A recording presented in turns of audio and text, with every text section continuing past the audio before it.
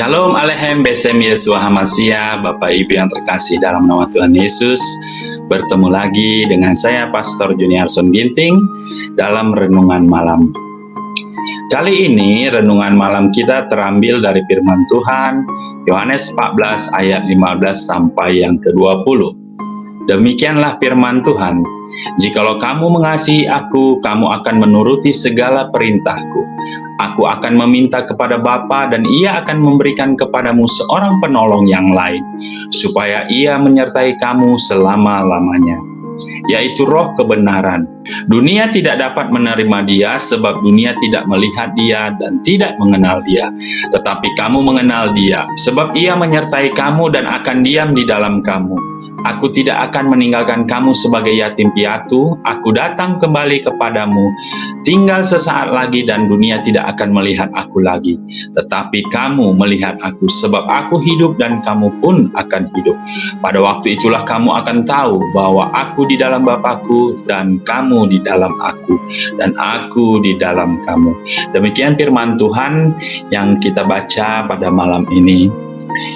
Renungan malam ini saya ambil topik dari firman ini, yaitu 4 peranan Roh Kudus dalam kehidupan pribadi. Bapak Ibu yang terkasih dalam nama Tuhan Yesus, setelah Tuhan Yesus naik ke surga, maka sebelum Ia naik, Dia ada berkata, ada berfirman, dan Dia menjanjikan seorang penolong yang lain. Ya, di ayat tadi, Dia akan mengutus seorang penolong yang lain. Kita tahu bahwa penolong yang lain itu pada akhirnya adalah Roh Kudus. Nah, sejak Yesus naik ke surga, maka era masa peran Roh Kudus saat ini adalah sangat sentral. Oleh karenanya, sebagai orang yang percaya kepada Tuhan Yesus, seharusnya kita tahu bahwa di dalam diri kita ada Roh Kudus. Ya, ketika kita pertama kali lahir baru menerima Tuhan sebagai Tuhan dan Tuhan Yesus sebagai Tuhan dan Juru Selamat dalam kehidupan kita, maka pada saat itu kita mengundang Dia tinggal dalam hidup kita, maka pada saat itu Roh Kudus ada di dalam diri kita. Nah, kalau dikatakan bahwa Roh Kudus adalah Roh penolong, maka harusnya kita sadar kita mengaktifkan atau kita harus selalu ingat dan sadar bahwa Roh Kudus beserta kita. Kalau dikatakan Roh Kudus adalah Roh penolong, seharusnya kita tidak lupa untuk meminta pertolongan kepada Roh Kudus sepanjang kehidupan kita di dunia ini bersama Tuhan Yesus. Nah, oleh karenanya malam ini kita akan mau belajar dan mengetahui apa saja peranan Roh Kudus di dalam hidup pribadi kita. Karena ini sangat luar biasa. Kalau kita memahaminya, maka hidup kita bisa maksimal harusnya bersama Tuhan. Nah, yang pertama dikatakan, ya, Roh Kudus adalah suatu pribadi atau suatu oknum dari ketiga pribadi Allah, ya. Nah, Ia ada dan eksis, nyata sekalipun tidak terlihat dan tidak dapat diraba secara fisik. Sebagai satu pribadi, maka Roh Kudus memiliki pengetahuan, kehendak, emosi, dan kuasa. Ya, Roh Kudus adalah Allah itu sendiri dan merupakan bagian dari Allah Tritunggal bersama Allah Bapa dan Tuhan Yesus. Roh Kudus adalah Allah yang dapat dibedakan dengan Bapa dan Roh dan Tuhan Yesus, namun tidak dapat dipisahkan karena Dia satu adanya. Jadi, ketuhanan Roh Kudus, ketuhanan Yesus Kristus, dan ketuhanan Bapa itu satu adanya, satu hakikatnya, tapi 3 pribadinya. Ya. Ketiganya dapat dibedakan, tetapi tidak dapat dipisahkan karena ketiganya adalah satu. Nah, untuk itu kita mau belajar apa peranan Roh Kudus dalam hidup pribadi kita. Yang pertama dikatakan sebagai penolong. Ya. Yohanes 14 ayat 16 sampai 17 berkata, "Aku akan meminta kepada Bapa dan Ia akan memberikan kepadamu seorang penolong yang lain, supaya Ia menyertai kamu selama-lamanya, yaitu Roh kebenaran. Dunia tidak dapat menerima Dia sebab dunia tidak melihat Dia dan tidak mengenal Dia, tetapi kamu mengenal Dia sebab Ia menyertai kamu dan akan diam di dalam kamu." Jadi yang perlu kita pahami bahwa Roh Kudus itu diam di dalam kita. Ia menyertai kita dan menyertainya itu selama-lamanya.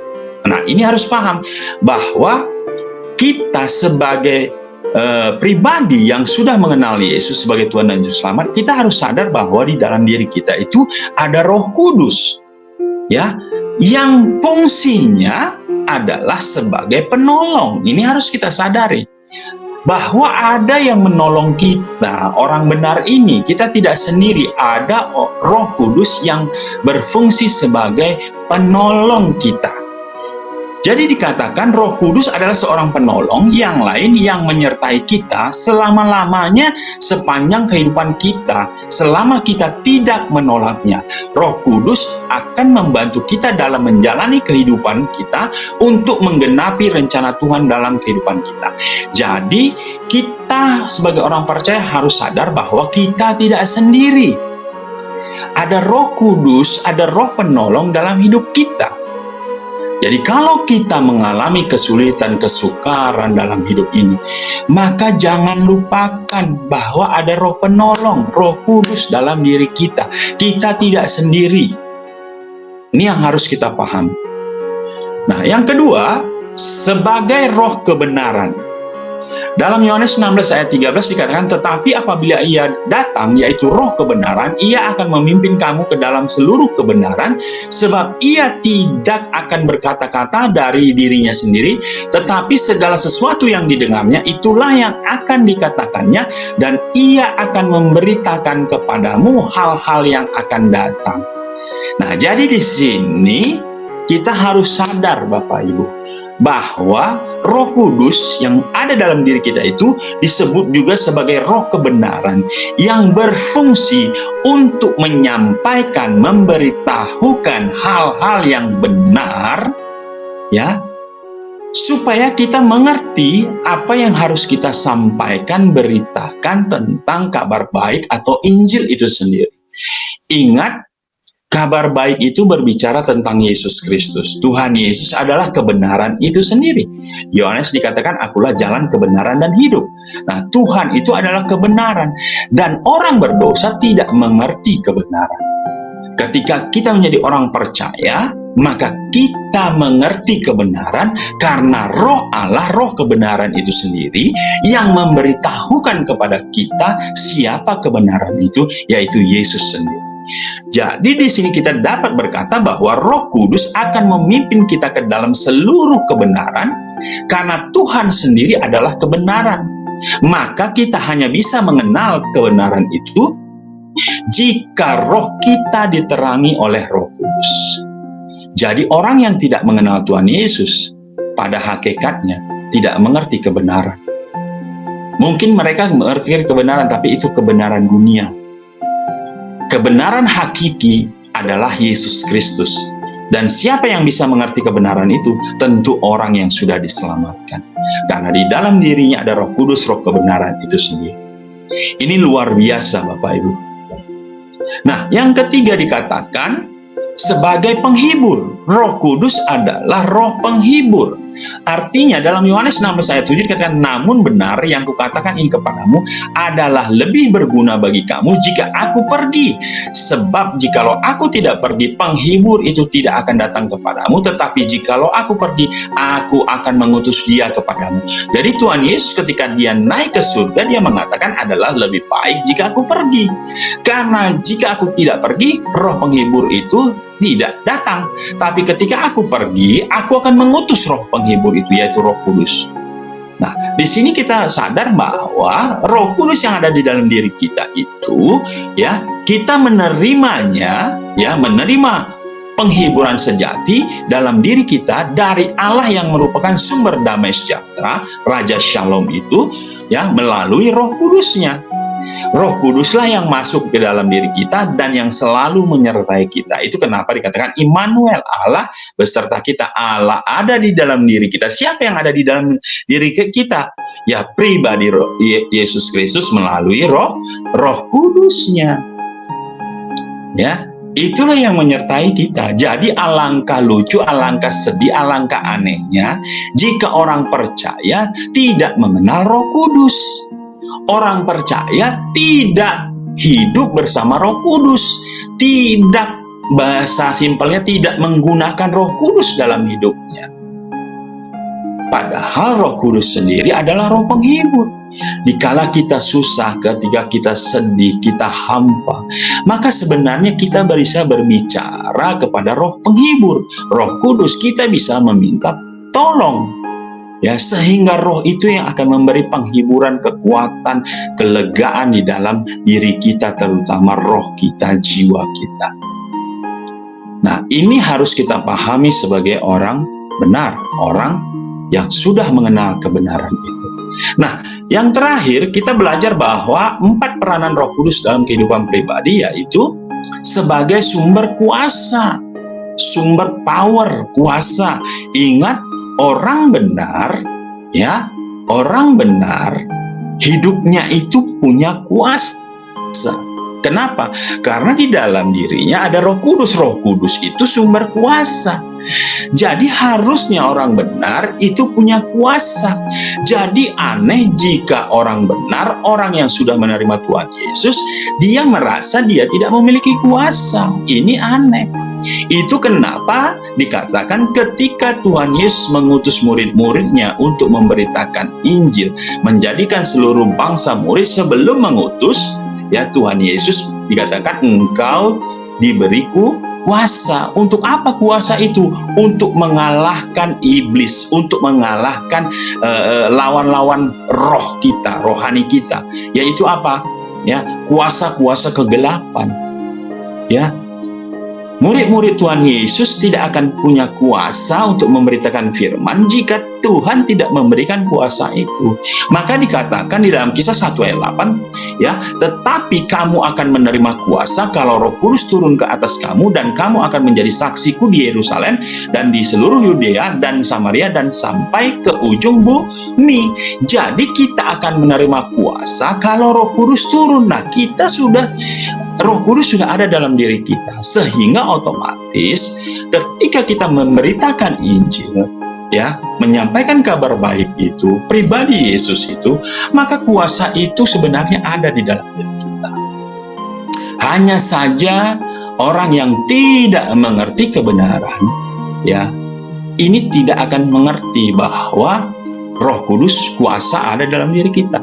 Itu kenapa berbeda kita beragama sama kita bertuhankan Yesus. Agama tidak memberi kuasa, Bapak Ibu. Agama tidak menyelamatkan. Tapi ketika kita bertuhankan Tuhan Yesus, kita memiliki Tuhan, yaitu Tuhan Yesus, maka kita memiliki kuasa, memiliki power. Itu kenapa dikatakan ketika engkau minum racun maut, engkau tidak akan mati. Ya, ketika engkau dipatuk ular, engkau tidak akan mati. Ketika engkau menginjil, memberitakan Injil, ada orang yang berusaha untuk membunuh, mengancam, ya, mengganggu kita untuk menyampaikan kabar baik, maka kuasa itu akan bekerja. Jadi kita tidak perlu takut. Kenapa? Karena Roh Kudus selalu beserta kita. Power itu ada di dalam. Tapi bukan untuk bergagah-gagahan atau menguji atau mencobai Tuhan. Lalu Anda minum racun, tidak. Tapi percayalah, ketika Anda memberitakan kabar baik ke desa-desa, ke pelosok-pelosok, ke tempat manapun, ketika Anda menginjil, maka penyertaan Allah sempurna dan tidak ada kuasa si jahat yang bisa mampu mengganggu, bahkan membunuh Anda. Ya, dikatakan untuk menjalankan amanat agung Tuhan Yesus, yaitu memberitakan Injil kabar baik, maka kita membutuhkan kuasa dari Tuhan untuk memenangkan jiwa-jiwa. Dan kuasa itu diberikan oleh Tuhan melalui Roh Kudus-Nya, agar kita juga menang atas musuh-musuh rohani kita. Ya, jadi jelas, jangan takut ketika engkau memberitakan kabar baik. Kalau engkau bersama Tuhan, Roh Kudus ada dalam dirimu, engkau memiliki kuasa, memiliki power. Jadi tidak ada yang dapat mengganggumu dan tidak ada yang dapat mengusikmu. Jadi sampai di sini kita sadar dan tahu, Bapak Ibu, ada 4 peranan Roh Kudus dalam kehidupan pribadi kita. Yang pertama sebagai penolong, yang kedua sebagai roh kebenaran, yang ketiga sebagai penghibur, dan yang terakhir sebagai sumber kuasa. Karenanya, mari kita hidup bersama Roh Kudus dan kita gunakan, maksimalkan ya peranan fungsi Roh Kudus itu dalam hidup kita, agar hidup kita itu bisa maksimal adanya untuk kita boleh melakukan aktivitas kita, melakukan rencana-rencana hidup kita sesuai seturut dengan kehendak Tuhan, dan kita tahu apa yang harus kita lakukan dalam kehidupan kita ini untuk memuliakan nama Tuhan Yesus. Demikian Bapak Ibu, renungan malam ini yang bisa saya sampaikan. Kiranya kita lebih mengerti lagi dan kita lebih mengenal lagi Tuhan yang kita sembah, yaitu Tuhan Yesus Kristus dan Roh Kudus dan Allah Bapa. Jangan lupa Bapak Ibu, dukung channel saya, Juginsu Broadcast Channel. Ya, Bapak Ibu klik subscribe, ya, klik like-nya, dan share kepada banyak orang yang belum mengenal kebenaran firman Tuhan. Saya percaya kalau Bapak Ibu men-share channel ini, Bapak Ibu juga turut bekerja di ladang Tuhan dengan memberitakan Injil. Demikian Bapak Ibu, Tuhan Yesus memberkati.